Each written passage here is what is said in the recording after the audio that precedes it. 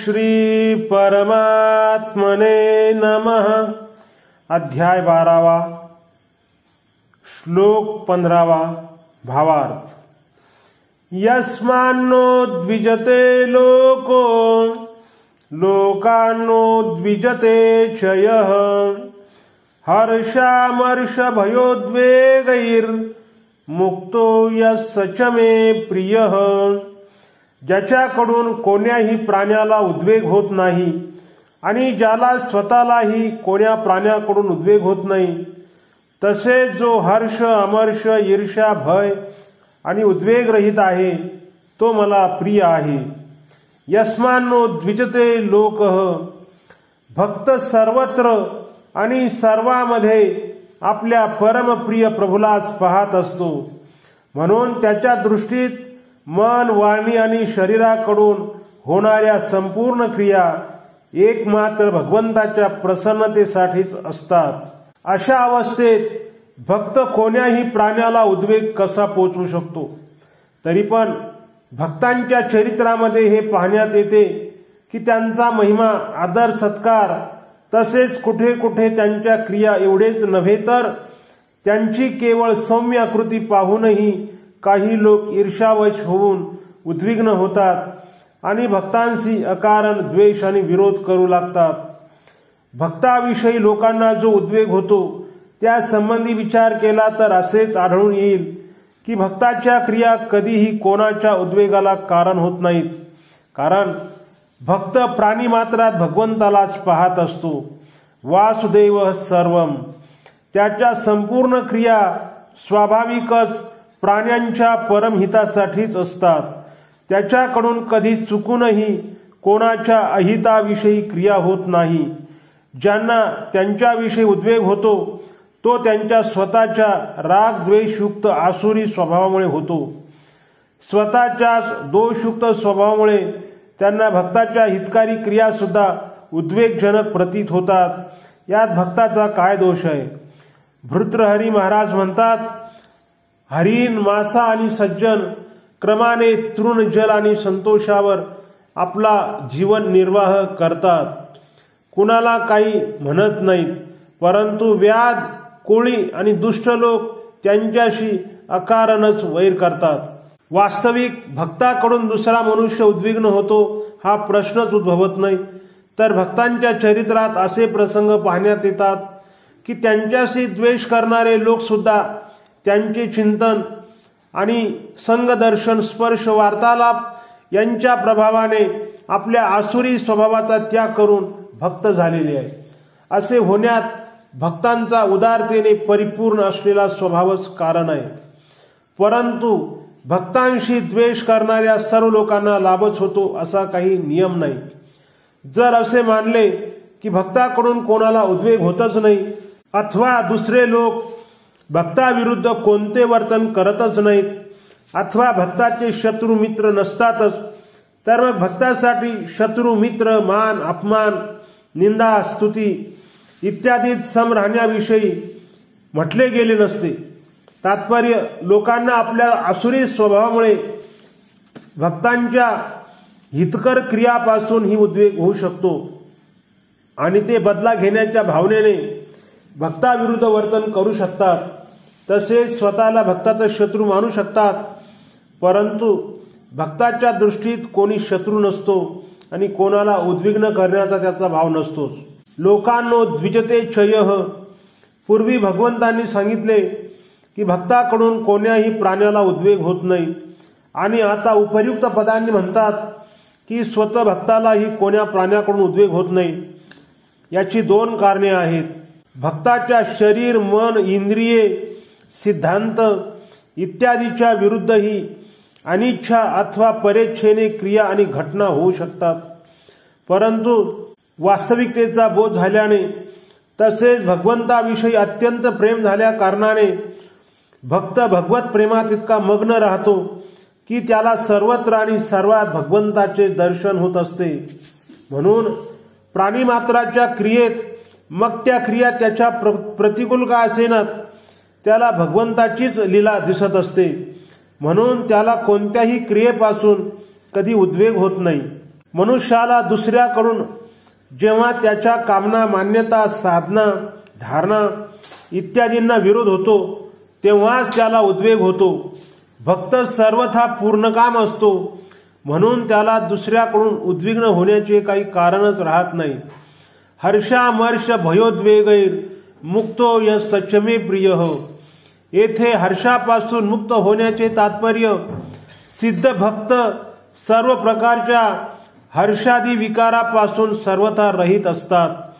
परंतु याचा आशय असा नाही की सिद्ध भक्त सर्वथा हर्षरहित, प्रसन्नता शून्य असतो, तर त्याची प्रसन्नता नित्य, एकरस, विलक्षण आणि अलौकिक असते.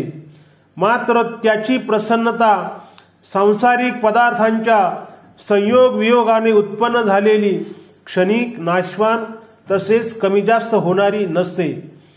सर्वत्र भगवत बुद्धी असल्याने एकमात्र आपल्या इष्ट भगवंतांना आणि त्यांच्या लीलांना वारंवार पाहून तो नेहमीच प्रसन्न राहत असतो. एखाद्याच्या उत्कर्षाला, उन्नतीला सहन न करणे ह्याला अमर्ष म्हटले जाते.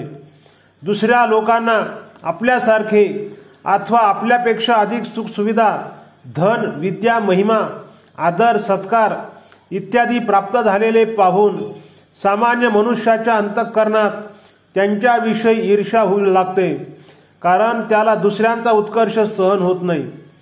कित्येक वेळी काही साधकांच्या अंतःकरणातही दुसऱ्या साधकांची आध्यात्मिक उन्नती आणि प्रसन्नता पाहून अथवा ऐकून किंचित ईर्ष्याचा भाव उत्पन्न होतो.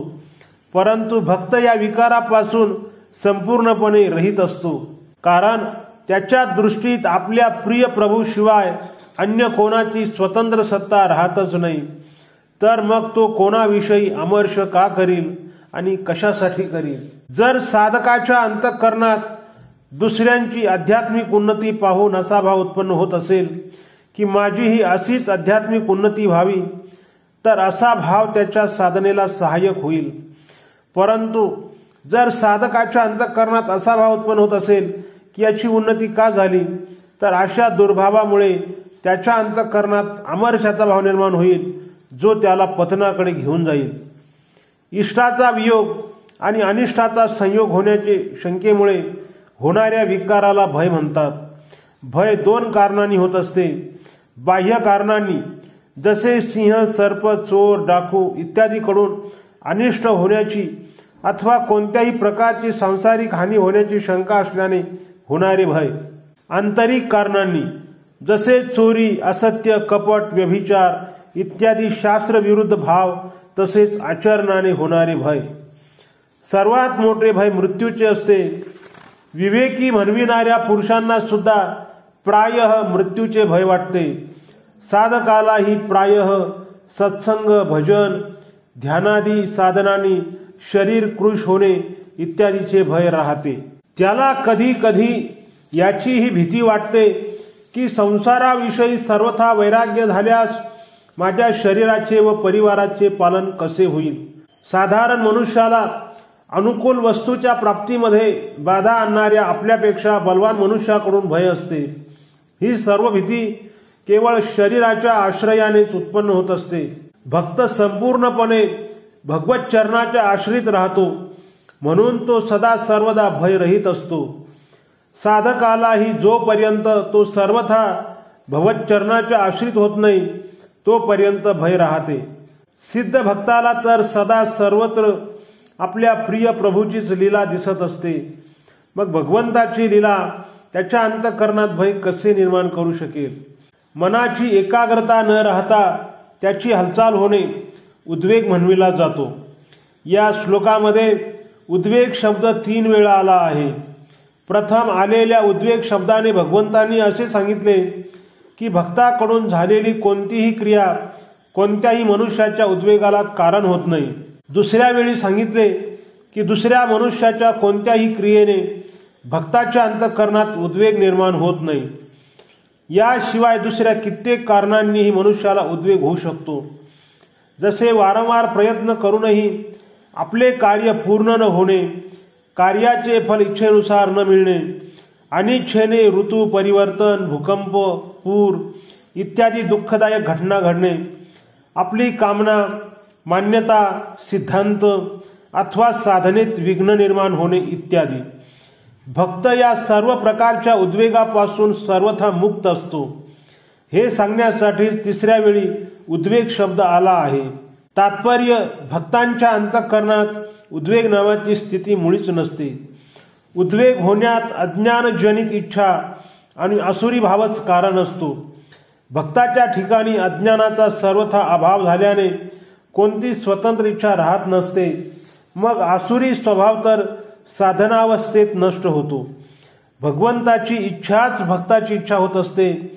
भक्त आपल्या क्रियेच्या फलरूपात अथवा अनिच्छेने प्राप्त झालेल्या अनुकूल प्रतिकूल परिस्थितीत भगवंताच्या कृपेने परिपूर्ण असलेले विधानच पाहत असतो आणि निरंतर आनंदात मग्न असतो. म्हणून भक्ताचे ठिकाणी उद्वेगाचा संपूर्णपणे अभाव असतो. मुक्तः या पदाचा अर्थ विकारापासून संपूर्णपणे रहित झालेला असा आहे. अंतःकरणात संसाराचा आदर राहिल्याने अर्थात परमात्म्याच्या ठिकाणी पूर्णपणे मनबुद्धी तल्लीन न झाल्याने हर्ष, अमर्ष, भय, उद्वेग इत्यादी विकार उत्पन्न होतात. परंतु भक्ताच्या दृष्टीत एका भगवंताशिवाय अन्य कोणाची स्वतंत्र सत्ता आणि महत्ता राहत नसल्याने त्याचे ठिकाणी हे विकार उत्पन्न होत नाहीत, तर स्वाभाविकच सद्गुण सदाचार राहत असतात. या श्लोकात भगवंतांनी भक्तः पद न देता मुक्तः पद दिले आहे.